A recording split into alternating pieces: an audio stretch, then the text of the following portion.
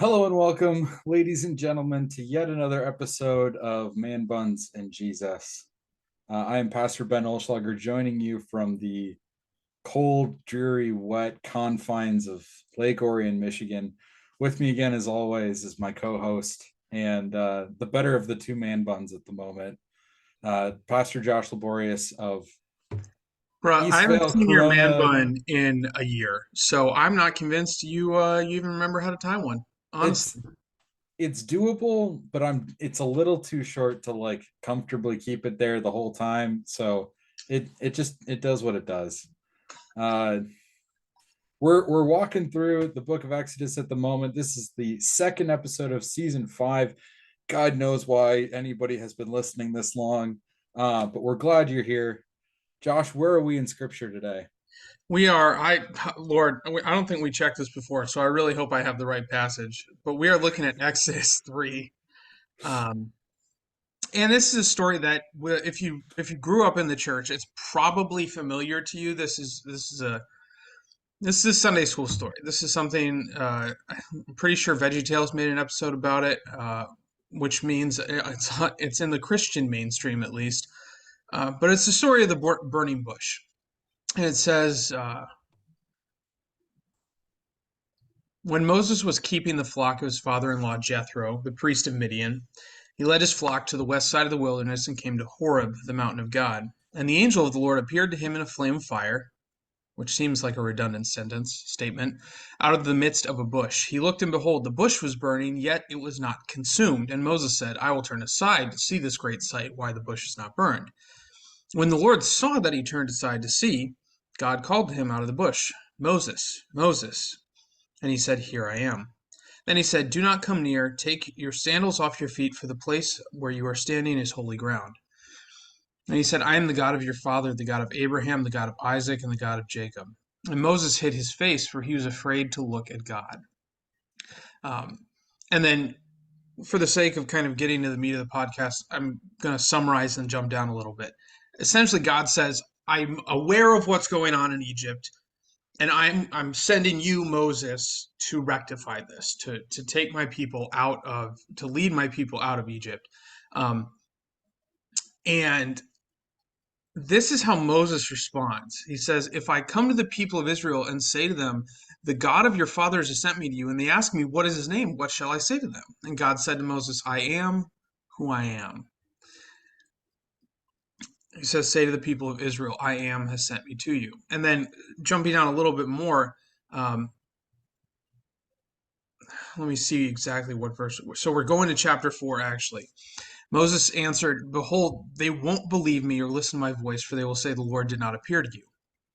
And God gives him signs, and there are signs listed here. And then Moses says again in verse 10, Oh, my Lord, I am not eloquent either in the past or since you have spoken to me, but I am slow of speech and of tongue. Then the Lord said to him, Who has made man's mouth? Who makes him mute or deaf or seen or blind? Is it not I, the Lord? Now therefore go, and I will be your mouth and teach you what you shall speak.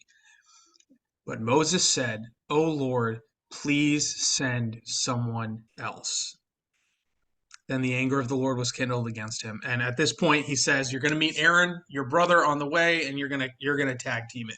But you are going regardless." And that's a mix of a reading and a paraphrase of the text we're looking at today. So where are we going with it, Ben?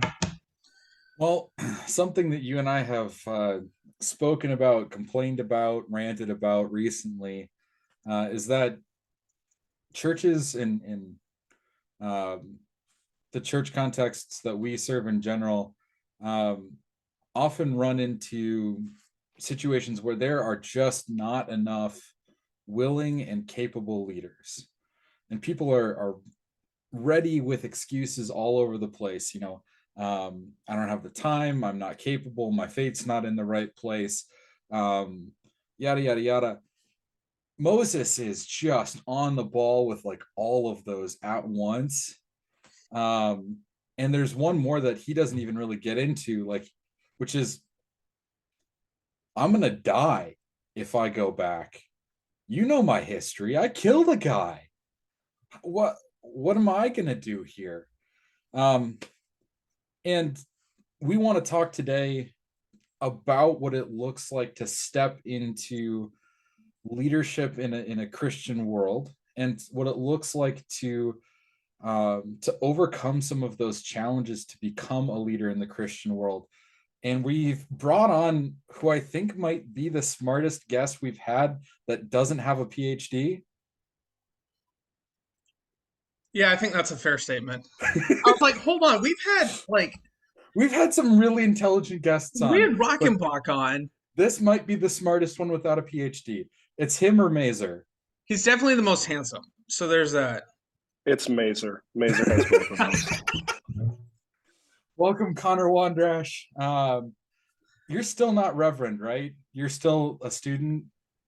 I am still not reverend. I am still student. So if my name gets published in a chapel bulletin or on a bulletin at a local congregation, it is sometimes I'll see seminarian Connor Wondrasch, and sometimes I'll see graduate student Connor Wondrasch. So either one works just fine.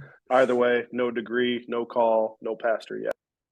He was a classmate of ours at the seminary, and now is like almost the chaplain to the tech department of the seminary while he's finishing up some graduate work there. So some church is going to get the most technologically literate pastor the world has ever known at some point in their future. But we won't tell them that though, Connor. No, That's what you can tell them. Thank you. You guys know my thing. You got to keep it hidden for a while. We'll delete this podcast once you get ordained. But we're glad to have you on today to discuss some of these challenges. And we'd love if you are willing to give the people a little bit of your background. What led you to seminary? And you can maybe tell people why you think we invited you on to talk about this stuff. He's sitting thinking, I have no idea why I'm here. Yeah, you just cornered me, and now here we go. No, thanks for having me, guys. I really appreciate it. This is going to be a lot of fun. I have a lot of similarities to the story of Moses in that I wanted to come up with many different excuses or reasons as to why I shouldn't go to seminary, why I shouldn't go to particular places. But I also have a lot of similarities before even that calling of Moses and his kind of checkered past. So I'm from Rochester, Minnesota. I was born and raised there, same Lutheran congregation that I grew up in. I went to school originally being an engineer, and I got in a whole bunch of trouble. I did a whole bunch of stupid things. And I eventually landed myself to where I was doing community service at a place of my choice as part of my sentence. And I chose to do it at my local congregation because I thought that would be easy. I could kind of run the show, do whatever I wanted to do, and sort of move on quietly.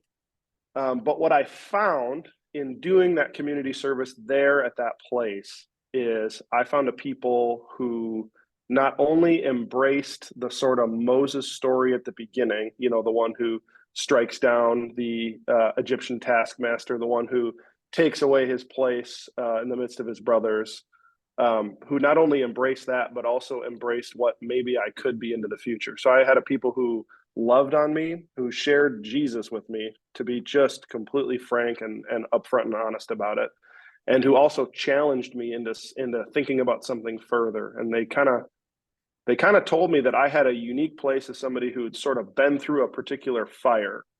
And it takes somebody to go through a particular fire like that to be able to speak words of hope and life to somebody else who might be dealing with the same. I call it just rabid stupidity. That's how I think back on about a decade ago when I was really, really dumb. But yeah, I found people who loved me and who shared Jesus with me and gave me a task, kind of a high calling to kind of move forward and do something with sort of that checkered past. And so that was in Rochester, Minnesota. I went to Concordia, Chicago a little bit after that. I wanted to be a DCE. I thought that was going to be how I would do ministry, that I'd be able to relate to kids who were in a situation as a similar age that I was going through. And as I kind of thought about seminary, it was 10 years down the road, 5 years down the road, 3 years down the road. Okay, it's right after graduation. I might as well just switch my major and go right to seminary. So I switched to theology, went to the seminary. If I'd have known what year I'm actually going to end up graduating the seminary, you know, with all of this, I probably could have stayed at DCE for a while and done that. But now I graduated in January of 22 with my MDiv. and I'm in the PhD program for the special emphasis homiletics. So I'm doing something with preaching, something with how preaching and the meaning of a sermon is impacted by the ways it gets preached. And so that's kind of me. That's where I'm at. And so, yeah, I see a lot of similarities in this Moses burning bush text. I think there's one clear dissimilarity already, though. You're much better spoken. Yeah, sure. I think Moses gets to be quite a fine preacher as he does it for Yeah, I was 40 about to years say, with the people.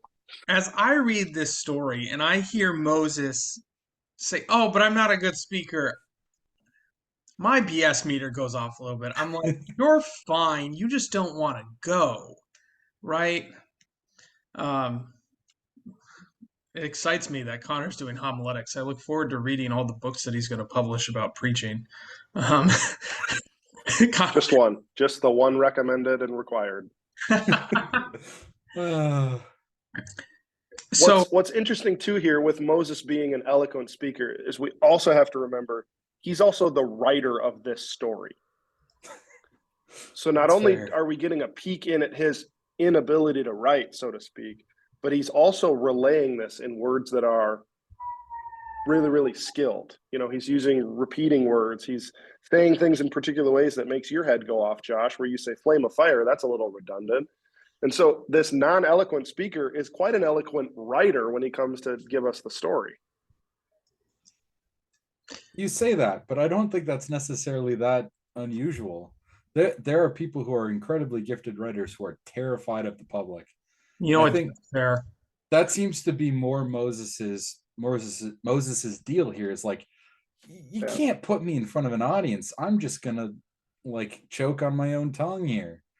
Um, Hence the reason So, God gives him Aaron, but also an incredible outpouring of the Holy Spirit to say some pretty profound things throughout his life. But it's interesting to me that as we're talking about these things, like there are so many hurdles in place from his checkered background to the lack of eloquency or whatever the specific hurdle that catches your eye is. Connor, you mentioned a couple of things that I think were pushing you past the hurdles in your life, specifically that people really gave you Jesus in an accessible way, in a way that you felt was for you, but also just walking through some of the crap with you. Is there anything else that you saw as you were clearing some of those hurdles, as you were working through your checkered past, as you were working through some of these like mental obstacles as much as anything else to getting into seminary, getting into ministry, that you think would be helpful for people either who are walking through that themselves or who are trying to walk someone else through some of those same hurdles? Yeah, that's those are good questions. I would say there's two things that come to my mind. And the first is obviously the importance of that community that doesn't treat that person as an outsider, but actually as a person who is sort of essential to what's happening at a local ministry in a local context. So that person either hurting or hurting in kind of the active sense, the person who is hurting or the person who is doing some hurting, is they actually become sort of a key focus to how hope and Jesus and this new life that the congregation gets to excitingly live together is sort of manifested. So it's always true that when a new person joins your congregation or a new person is there, the congregation is never the same. It's also the case that when a parishioner who's been there a while now reveals some demons or has something happen in their life, the congregation is also not the same because that person has now fundamentally changed. So you have, a pillar of a congregation is a perfect example who dies. The congregation is no longer the same. That's also true of the young mother there who loses her husband. She is no longer the same. Therefore, the ministry of the congregation in that place no longer the same. And so the ways that you need to not only pull together, but also just recognize that and be completely honest and frank about it, which is really difficult to be able to say to somebody, hey, you're making bad choices, or hey, life sucks right now. And I don't understand what that's like, but I'd like to be a voice of hope within that situation. And so that community aspect is a huge one. But the second one is to not neglect being a challenging voice. So discipleship is difficult. It's a long road, but also people have a particular way of responding to challenge. Hey, you got work to do. Let's get up and do it. If you don't offer that challenge, that you can see a future and a hope with them that's different than their previous past or their fiery, difficult past or their painful tragedy. If you don't offer something that says, hey, let's get up and let's get to work, they may never see it unless that challenge comes from somebody in the community with them. Well, when I hear you say those things, Connor, they're very closely related. And what I wonder if maybe we should be doing as Christians, as the church, is reframing, how do I want to say this? Reframing how we view people who are hurting, who are struggling, who need to be challenged, or who are challenging. Because something you said, and I'm not going to quote you perfectly, so my apologies for that, but you said something to the effect of, we need to treat these people as if they are an essential part of the congregation. And I think when we say stuff like that, a lot of times what comes to mind first is, we need you, like we need our pastor because he's essential because he preaches, or we need this person, they're essential because they run slides, or we need this person, they're essential because they're a big giver, or we measure people being essential because of something they contribute to the community. But I would offer that we should flip that on its head and say, you are essential because we can feed into you. Because a church cannot make disciples of perfect disciples. If you're already a perfect disciple, then the church's mission is done and the church has nothing to do. So I would offer that the church needs broken people because that's what we're called to serve, and we need to serve. So when we reframe that, we look at people and we say, you are essential because I need to serve you. And I think that is an entirely different mindset than, oh, let's give this person a job and make them feel important. It's making them important in their own right, which makes those two things intricately linked, right?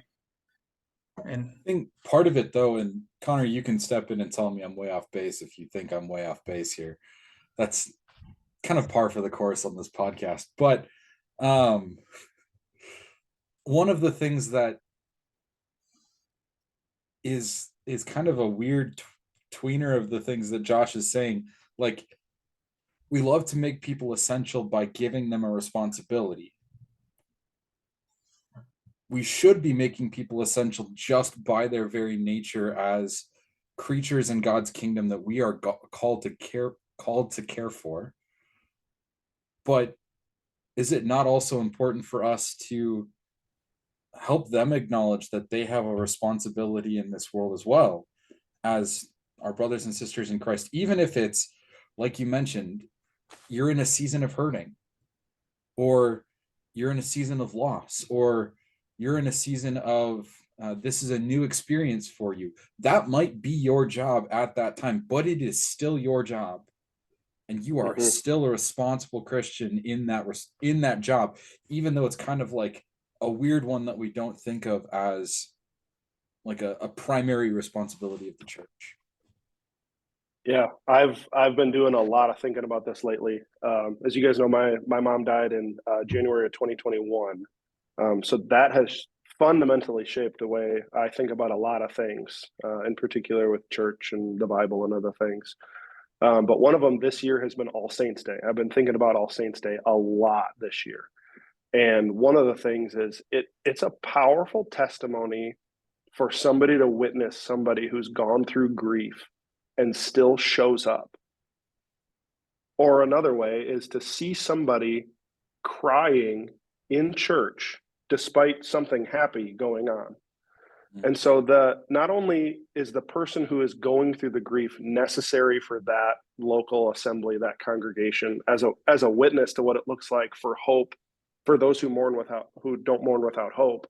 But it's also important for that other person who hasn't gone through that season of grief to be there in support of. And so both of them are witnessing and ministering in a give and take that's changes through not only the people, the places, but also the seasons. And so it's just as important for that guy who sits 3 pews behind me, who doesn't sing quite on key, but he sang for all the saints, and he sang every verse because I couldn't. And I thank God that he did, because my voice wasn't there to do it. And so that essential give and take that happens in a community that not only witnesses hope, but also challenges and gives things that disciples need to do and get up and get to work together. I want to echo that a little bit. I lost my grandpa in February, and this was the first like really close family member that I've lost. So I was breaking up a little bit during the commemoration of the saints on All Saints Day. And at the end of the service, someone came up and gave me a hug, because I mean, I was in tears at that point. Like, and then also, I don't know if you guys remember Teklu Katema, who we also lost this past year. So like, it was just hard getting through that.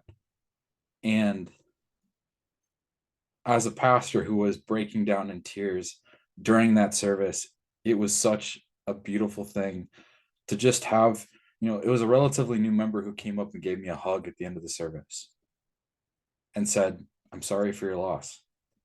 They didn't even know who I'd lost, but they knew that there was something there.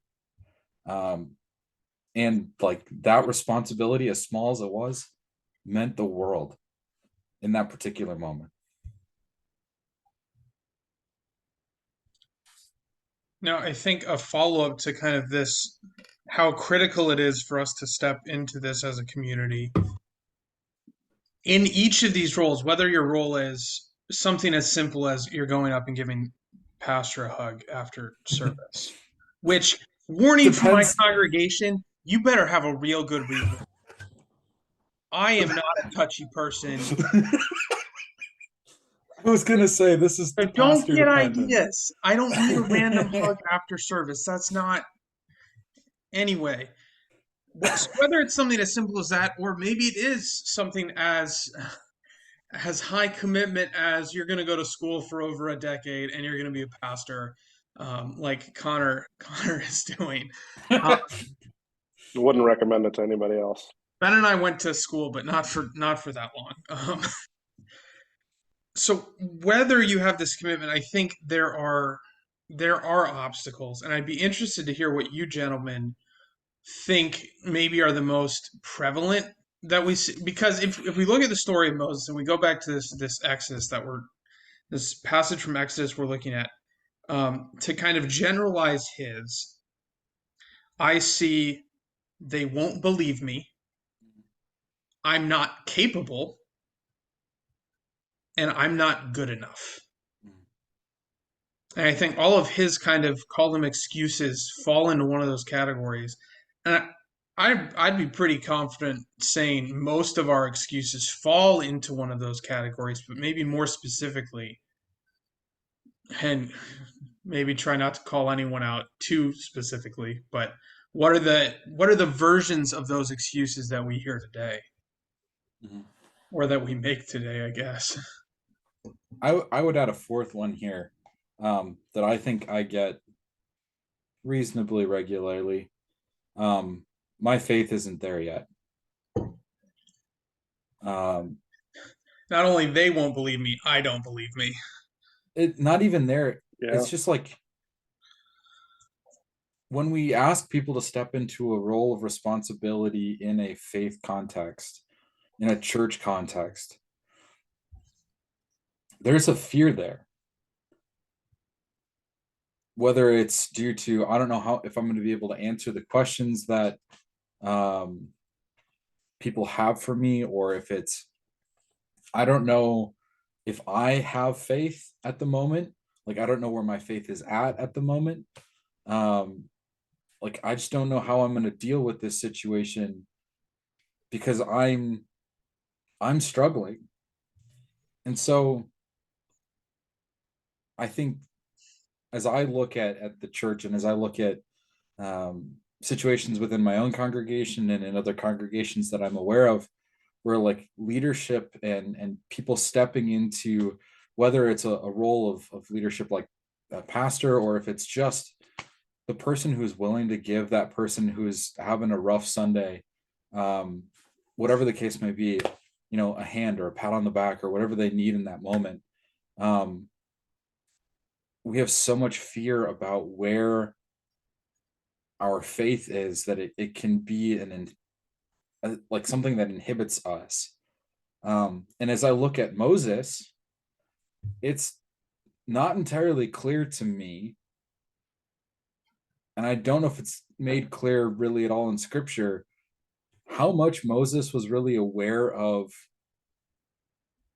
the Lord God before the burning bush. He probably would have had some passing familiarity through his people, but he was also raised in an Egyptian court. So like he could have been completely unfamiliar with God. I don't want to take that stab in the dark and say that for sure, Well, but like his father-in-law was a priest. yeah, Maybe not a priest of But of but God of Most Midian, High. yeah, Yeah. he's not a priest of God. yeah, Yeah, exactly. but So Moses is raised by his mom up until a certain age yeah, because she gives him back. The Pharaoh's daughter gives Moses back to his mom to raise up to a true. particular age. I don't know where it actually is. Um, I think it says until but he was I like weaned. your idea. Yeah, until he's weaned, basically. But Um, Moses gets called out of almost nowhere to become a leader of the people of God. Abraham, we yes. have no inclination of his background in in in terms of knowing who God is before he's called by God to found his people. Um, Paul is a persecutor of the church before God calls him out of his, to use your term, Connor.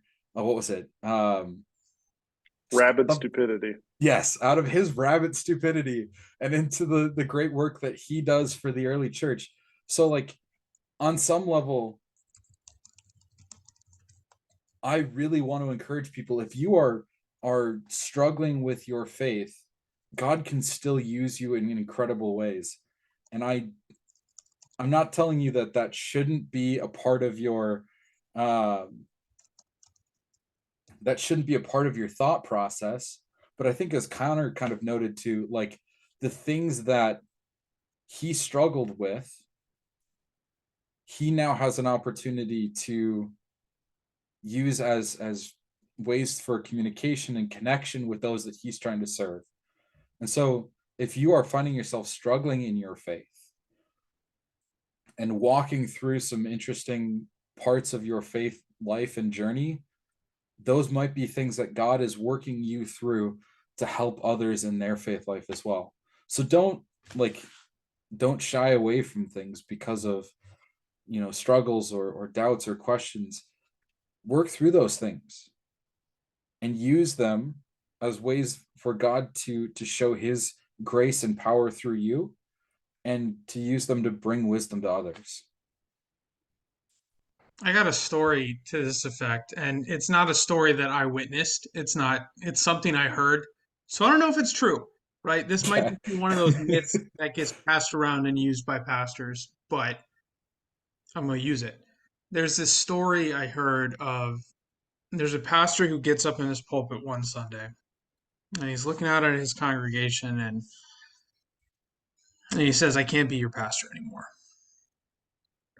And as he explains why how's he gotten to this place, he says, I don't know that I believe anymore. And the story goes that an elder walks up and he walks up through the congregation and he steps up to the altar and he puts his hand on the pastor's shoulder and he says, we still want you to be our pastor and we want you to preach us through your doubts. Which is a bold move, right? You're saying this person who has at least kind of um, a pathos with the congregation or an ethos. He has this reputation with the congregation and he's speaking with people are used to him speaking with authority. He's going to preach doubt. And the story goes, he did. week after week, the pastor went up there and he wrestled with his doubts, and through that, the congregation grew, and eventually the pastor, he got up one Sunday, he's like, I've returned to faith because of your support, because of this compassion. I've returned, and he had this opportunity to strengthen the faith of the people in front of him. And the reason I think that story is so powerful is because it's kind of this extreme example of exactly what Ben's talking about. Maybe from our weakness is the best place for us to be coming from, because that gives God an opportunity to work maybe most visibly, because we can't take credit for it. We have to say, well, it obviously wasn't me. It gives the community an opportunity to step in and support us. And I think it is a more radical witness, because we're saying, I'm not confident in myself, but I'm confident in the God that I serve. So maybe those weaknesses are even better opportunities than us doing the things we're best at. Should we let Connor answer the question that you originally asked him?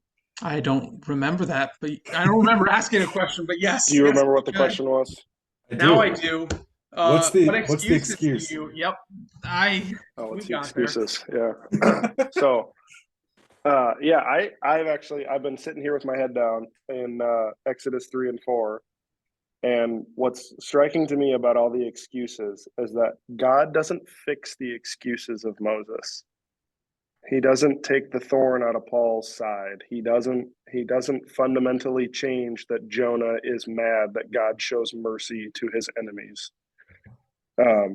What's amazing about that is God answers it in a way that's not according to expectation or according to the way they want him to. So he doesn't excuse them away. He doesn't validate their weakness. He doesn't fix the problem that they've put forward. Instead, he says, as Josh pointed out, his power is made perfect in weakness. But even more than that, he shows them a different way to think about their situations. You may never have this pain go away, but you'll have a new perspective on it. You're never going to have this family member back, but you have a new way to think about hope. You may never have your income be at the level that it was in 2007, but you know what? You know what it's like to earn, you know what it's like to give, you know what it's like to sacrifice in a way that you wouldn't otherwise. So in a way, he invites them to a new reality, a new life, a new way of thinking about things. And Moses doesn't listen to any of them. Eventually, the Lord's anger gets kindled against him because he doesn't listen to these new ways. And so God begrudgingly gives him a spokesperson in Aaron, which is exactly what happens, like, I don't know, 130, 150, 200 pages later when the people ask for a king and the Lord's anger is kindled and he gives it to him anyway. So he's offering all of these new ways to answer all of these doubts in ways that are according to his purpose and in his plan. And the people, as in Exodus, as in Samuel, as in Mark, as in today, right now, we continue to not listen despite him having these answers, ways around, and they're not ways around, they're really new life realities that he gives. We just can't see them. Yeah. I don't think I a lot answered of the truth to question. that, but you made that I got distracted because you made the comment, your income's never going to be what it was in 2007. I don't know what you gentlemen were doing in 2007, but I was making approximately $0 an hour because I think I was in middle school. I think I occasionally babysat when I was 12, but that was about it. So see, you could hear that both ways. It'll never be what it was. I was about to say, I hope it may never be what it was. I hope my income's never $0 again. That would be not. But it could be. It could be. Oh Lord. Yeah, have mercy. Yeah. I want to circle back on something that Connor said way at the beginning of this. Josh, if that's okay with you. Yeah, go for it. Okay. So Connor, when you were first kind of introducing this idea of like making people essential or not even making people essential, but letting them know that they are essential. And for us as the people looking at those people that we're called to serve, um, thinking about them as essential in the way that God is calling us to. You kind of described it using the I don't know, least favorite 6 letter word of Lutherans everywhere, change, um, and how like ministry is constantly changing because your situation is constantly changing. Day to day, things are changing. There will be people in any congregation who, depending on the day, their life situation might look wildly different. Whatever is causing that, whether it's illness or instability or legal issues Darkness, or famine, sword, powers, exactly, yeah, yeah, yeah. principalities. Whatever the case may be, um, that's causing our ministry to change, and yet we seem to try and want to tackle things with the same blunt instrument, um, in so many ways. And so I'm curious, and we see this a little bit with Moses, in that like his answer to things is usually go back to God and tell God to fix it. Like, God, my people have no water. Why don't they have water? Fix it. God, my people are grumbling because they don't have food. Fix it. God, my people are turning against me because they don't like what you have to say to them. Fix it. Like, yeah, the grumbling, the whining. Grumblers. We'll see all of that later as we get into the later chapters of Exodus. But like, how do we resist that temptation? How do we resist that urge? And what is there are some tools. What tools do you recommend having in the tool belt as we address some of these things? And yeah, they're not going to all work in every situation, but what are the good ones to have? Yeah, I can give you a tool that works in maybe one situation at one particular place at one particular time, and that's all I've got. And you'll have to find somebody with more expertise to find some other ones. The only thing that I can say to this is despite hating change, we know on a fundamental level that when somebody or somebodies are missing from a regular meeting, that it changes the way the meeting works. Mm-hmm. If you've ever taught a confirmation class, which both of you have, and maybe some of the listeners someday will if they're future pastors, or if they're lay people who have attended a Bible study, here's what you know. If you missed the week before and you're doing like an 8-week study on something, you're going to spend the first 20 to 30 minutes of like an hour class talking about what you did the class before, because you don't want to neglect the people that were missing, because you can't go anywhere until you've gone where you've been with the other people who were missing. So, perfect example. I just taught a 5-week segment on the Old Testament to the confirmation kids. Lord help me. It was a lot of fun. Okay, so we did this Bible in an hour, which I'm a big fan of. If you guys want to check it out, I highly recommend it. It's super fun. Bible in an hour. But we missed like 6 of my 12 students because it was pumpkin carving day in Sunday school. So they skipped out. So the next week we're going, and I was like, all right, we're going to go on to this section here.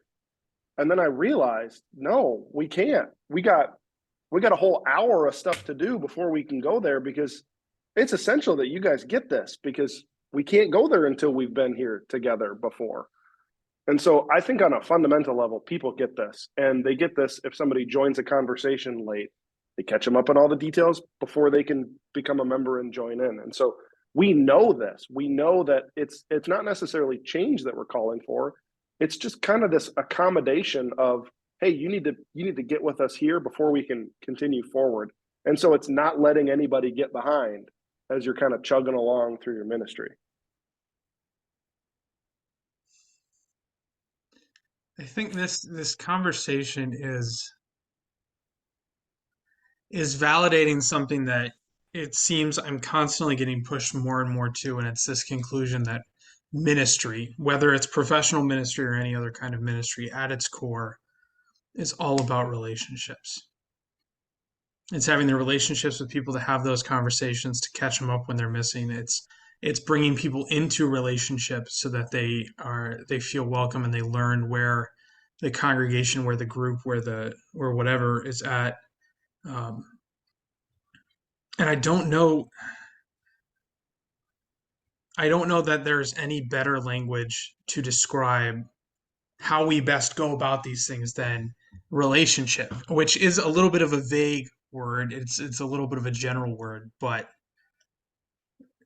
it just I keep seeing myself pushed in that direction, and this conversation seems to be doing even more of that. So,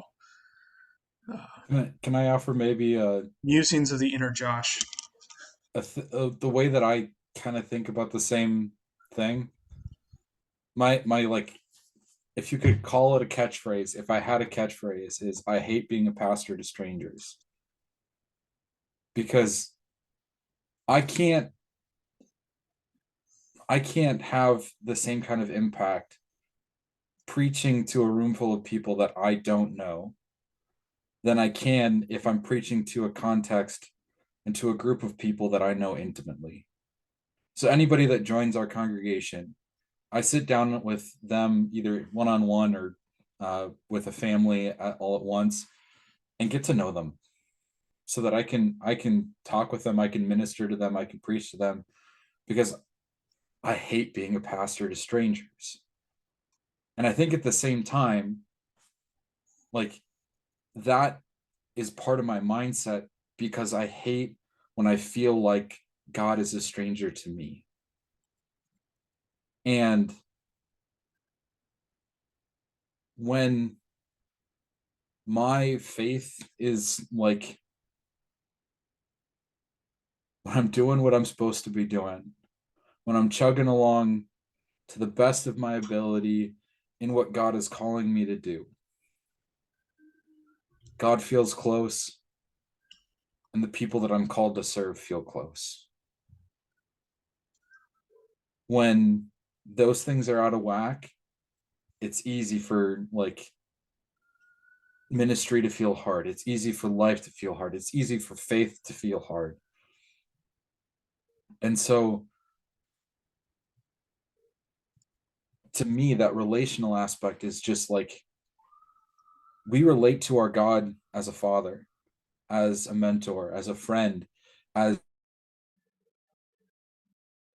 As a frozen as face on the screen. hmm?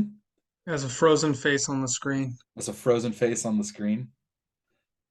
I just got a notification that my internet connection is unstable. I apologize for that. But uh like, my desire, and I think the church's desire, should be for that kind of a closeness with our God and have that emulated in our relationships with others. And through those things, I think we'll be able to do some of what Connor's really leaning into here, of like finding the essential value in people, finding the essential purpose for yourself or for other people in your congregation, your context, stepping out past the excuses, past the roadblocks, past whatever is standing in your way of faith, of the things that God is calling you to, whatever the case may be. So, given all this conversation that we've had, I do think maybe we can start to move toward the conclusion of this fine podcast. But where I want to draw us before we get to takeaways, I didn't warn Connor about takeaways, Ben. Oh, By the way, good. sorry about that. This is a Oh, time-honored sorry about that, tradition. Connor. I guess I shouldn't apologize. Unwarned. Um, as little context as possible. No, where I kind of want to draw this is to maybe a bit of application that also circles us back to where we started, and that is, Connor. You talk about all these obstacles, calling them obstacles, all this stuff in your life that kind of kept you from ministry, or they were hurdles on the way to ministry, right? And you had this community that surrounded you, that helped you to overcome those, that challenged you on some of that stuff. And my question is for our audience, well, asked for the sake of our audience, not asking for feedback. This isn't a live show. Um, You can shoot us your feedback. That's yeah, what the you Facebook can. page is for. We'll even probably read it. My question for the gentleman on this call with me is this, and that is for the average person sitting in a church, how can they, whether it's an attitude, whether it's an action, whether it's a practice, how can they be someone who speaks into that being um, helping others to overcome those obstacles and to get to that place of service? And Connor, maybe you can speak to some of the specific things people did that helped you. Um, but I'm interested to hear what both of you have to say on that. Yeah, good. That's a good question. I think for the people who are either struggling to see a place for themselves to fit or a place for themselves to work, or if they even can, I think there's two fundamental things that kind of the average everyday churchgoer, and I find myself as that person all the time, even in a pseudo professional role here as a graduate student. I'm just a layperson 99% of the time. And so these are things that I think about for myself, and these are the two things that I think people should have in their minds to kind of move forward with. Number one, it's a fundamental understanding of that you matter, not just to Jesus, not just to the church universal, but like your presence, your tithe, your service, your speaking, your doing, your everything matters. And it matters on a deep fundamental level for your local congregation. So whether or not you show up to Wednesday night Lenten dinner and sit at that table and talk to maybe one person about nothing that neither you or them is going to remember, it matters for you to be there in that situation. And it doesn't have to be Lenten potlucks. It can be any situation. It can be trunk or treat and just being a happy face in a particular way.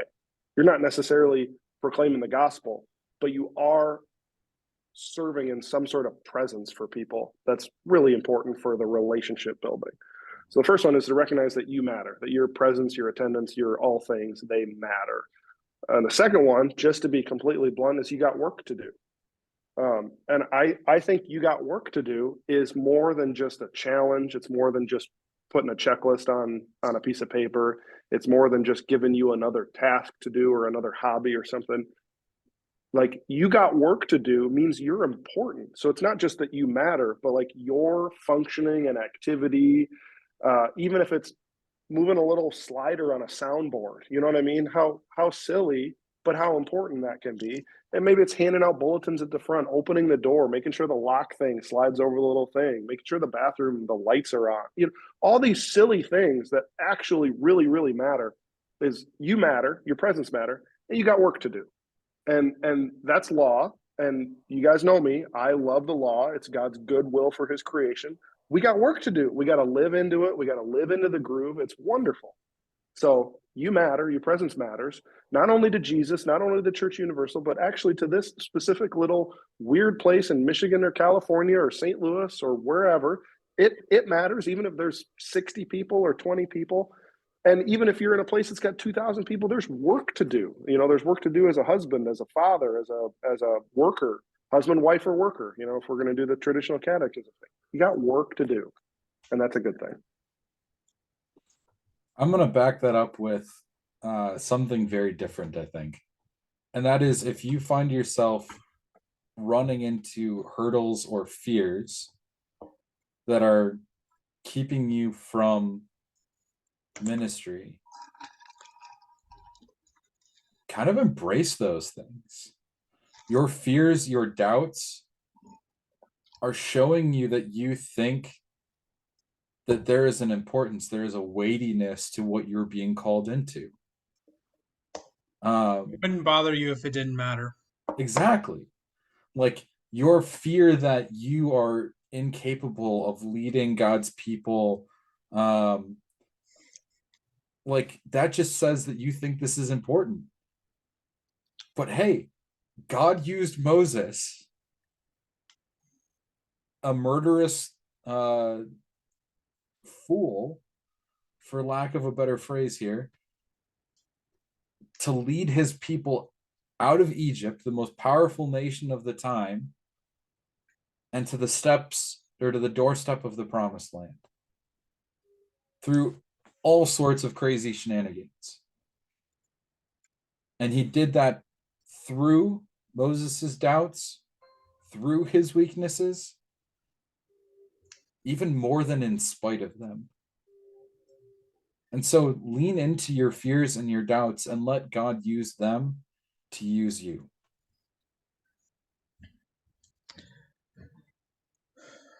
That's as close as Ben ever gets to sounding wise.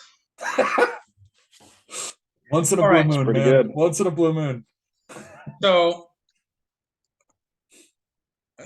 man, this is hard because I feel like we just nailed some of this. But Connor, how we typically end these episodes is we say if there's one thing that someone listened to this, 45 minutes to an hour, someone listened through this, and we want them to remember one thing, um, the focus or function, as it were. What would that Now you're talking my language. be? Preaching joke, by the way. Yeah, that was good. That was good. Can I summarize it in a twofer? Is that Of course, okay? you can do whatever it's- you want, Connor. Our It rule is is that we my- have no my rules. statement from before. Okay, the rule is we have no rules. Okay, we don't talk about Fight Club. My statement is the twofer, and honestly, you guys are giving me an opportunity to say this out loud for a lot of things that I've been thinking for a while. And it's you matter and you got work to do, and that's really a fundamental kind of understanding of a single person sort of ecclesiology study of the church. You matter, you got work to do. Which kind of dovetails into how I think about what mission of the church is, and it's tell the story, meet the need. Those are two things the church does: continues to tell the story, continues to meet the need, and to do those things. Guess what? You matter, and you got work to do. That's what I got. Connor was born to be a senior pastor. He's got the pithy. This is gonna brand. We're gonna put this out front. Yeah, mission vision. Yeah, Oh, don't like that. I have to back. I don't have an original takeaway because I love those so much. For so many reasons for how they back it. I have to go with Connor. You know. Okay, so hold on. If you're listening to this podcast, like most of you are, you have to go watch the video on Edgewater Lutheran's YouTube page. Just skip to this part, skip toward the end, because a joy, a pleasure awaits you. And I'll just leave it as a surprise for those of you who are listening. But yeah, you matter and you've got work to do. I think that's I can't improve or add from that. So Ben, it's up to you to close us out with one last takeaway. Come up with something wise and intelligent to say. Or something entertaining. I mean, I don't care. Pressure's on. I think I'll circle back to the thing that we kind of talked about earlier. And that is like not just that you matter, but we need to act like people matter. If we want to find new leaders for the church and call them past the obstacles standing in their way or the fears standing in their way, if we want to bring new people into the church and help them to know the gospel of Jesus Christ, we have to let them know that they matter.